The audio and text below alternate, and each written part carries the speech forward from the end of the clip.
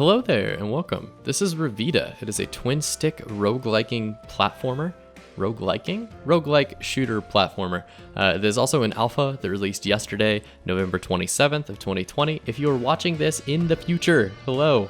Also, you should probably check the card in the top right because that means that I have uploaded another video of this game. The alpha build is not yet final, obviously, so whatever you're about to see may be outdated at the time, and then also the game is likely to change. Just a good, heads up from the developer. The game was devved by one person, which is amazing. Single game studio, Ben Starr, I believe it's a German firm. I believe he's German.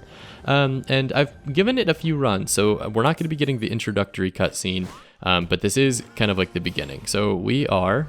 I don't really know our name yet. Actually, we are nameless so far, and we can call the old Metro. We have 13 coins up in the top left. That's what I acquired in like 2 runs. I wouldn't worry about it too much. Coins are not the main form of currency, which may surprise you. The game does a really good job of it's kind of like its purchasing system, and we'll see that here in a second. I don't know what's dash because I was playing on controller. Is this dash? No. What is dash? Hold that thought. Well, this is going to be a look into the settings for you. So up, down, left, right, we know those. Jump, dash is shift. That makes sense. Focus is Q, interact is E, shoot, special, pause. Okay. So we know how to move. We know how to do our stuff. That's what I'm looking for. That was it right there. I want to know how to dash. So far, I've enjoyed it. I've only been able to make it to floor 4 or 5. Basically, it is a platforming shooter. Whoa, okay. Which means we're going to be doing a lot of this. A lot of the rooms are going to be evolving as we run through them and as we acquire new upgrades and roguelike progression and things like that. You can kind of lean into different sorts of builds.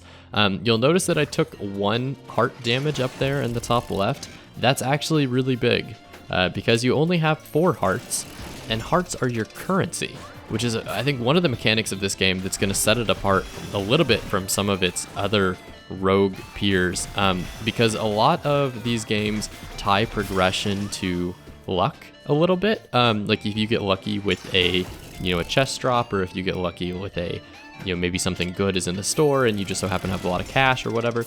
Revita ties progression to health, so you're almost rewarded with progression by performing well in these rooms. So if you leave all of these floors with a lot of health, by the time you get to a room that allows you to spend that health, so for example something right here, you're able to basically progress in a way that would make you a lot stronger than if you were taking a lot of heart damage and you couldn't afford to do this. So right now I'm going to offer some of my hearts, but first what I want to do, hold on, I want to hit shift.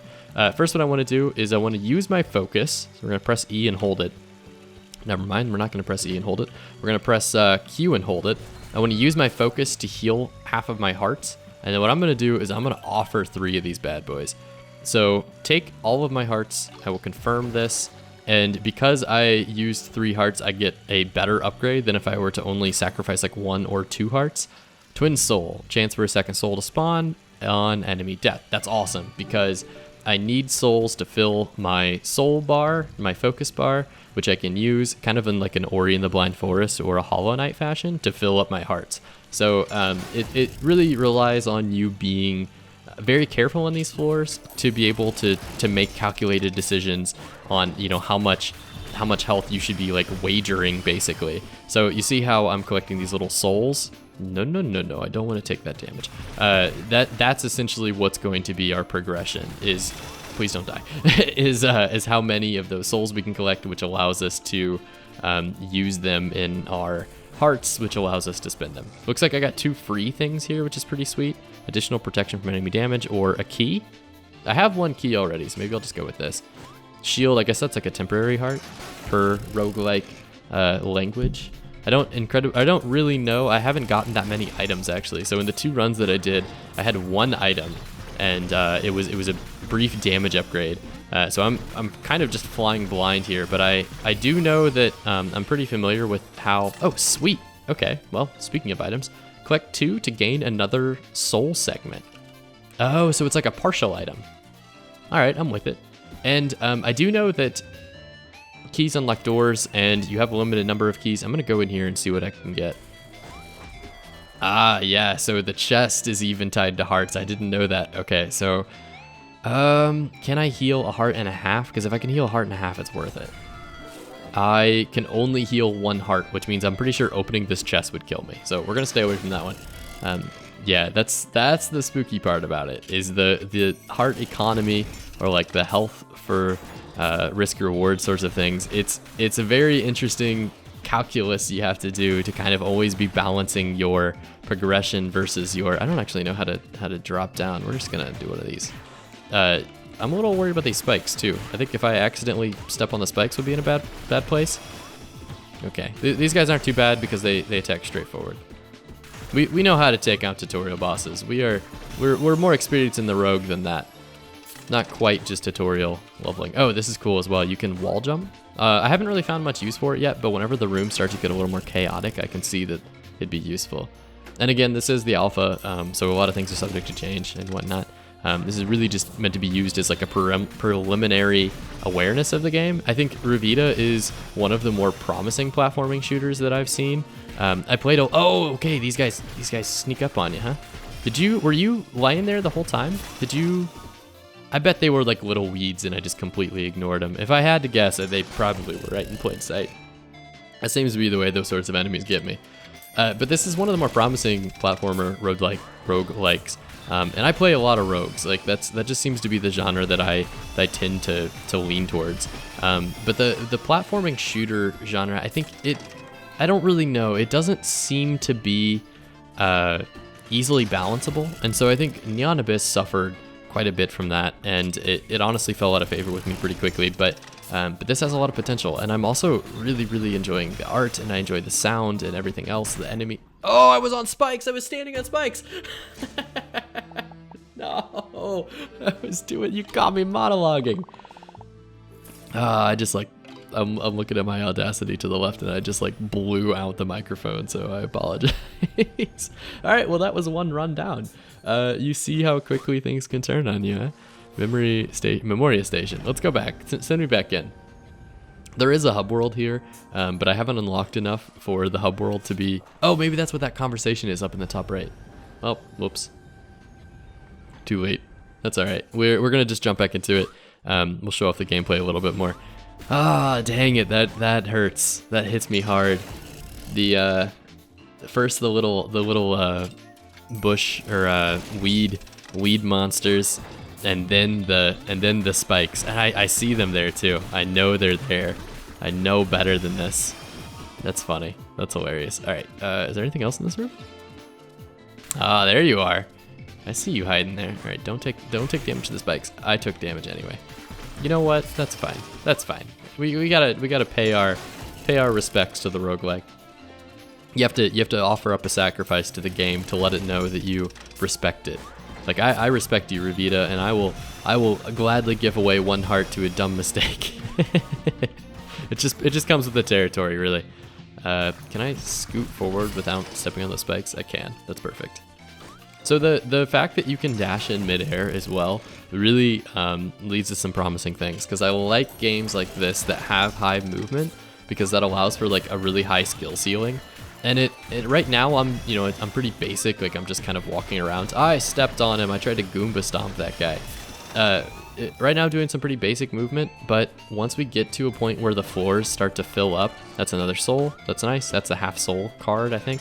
Once we get to the point where the floors start to fill up, it's going to get a lot more competitive and going to get a lot more chaotic. So I am looking forward to whenever that happens. And I do like this mechanic as well. It's cool. Like the way that the hearts, interact with the world, and the way that you have to kind of balance that risk reward. It's super interesting.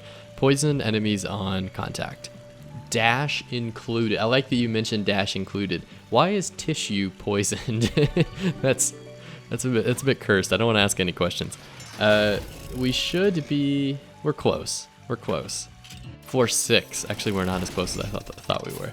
I don't know if there's a final boss to this floor. I would assume there is, just because, roguelikes and whatnot.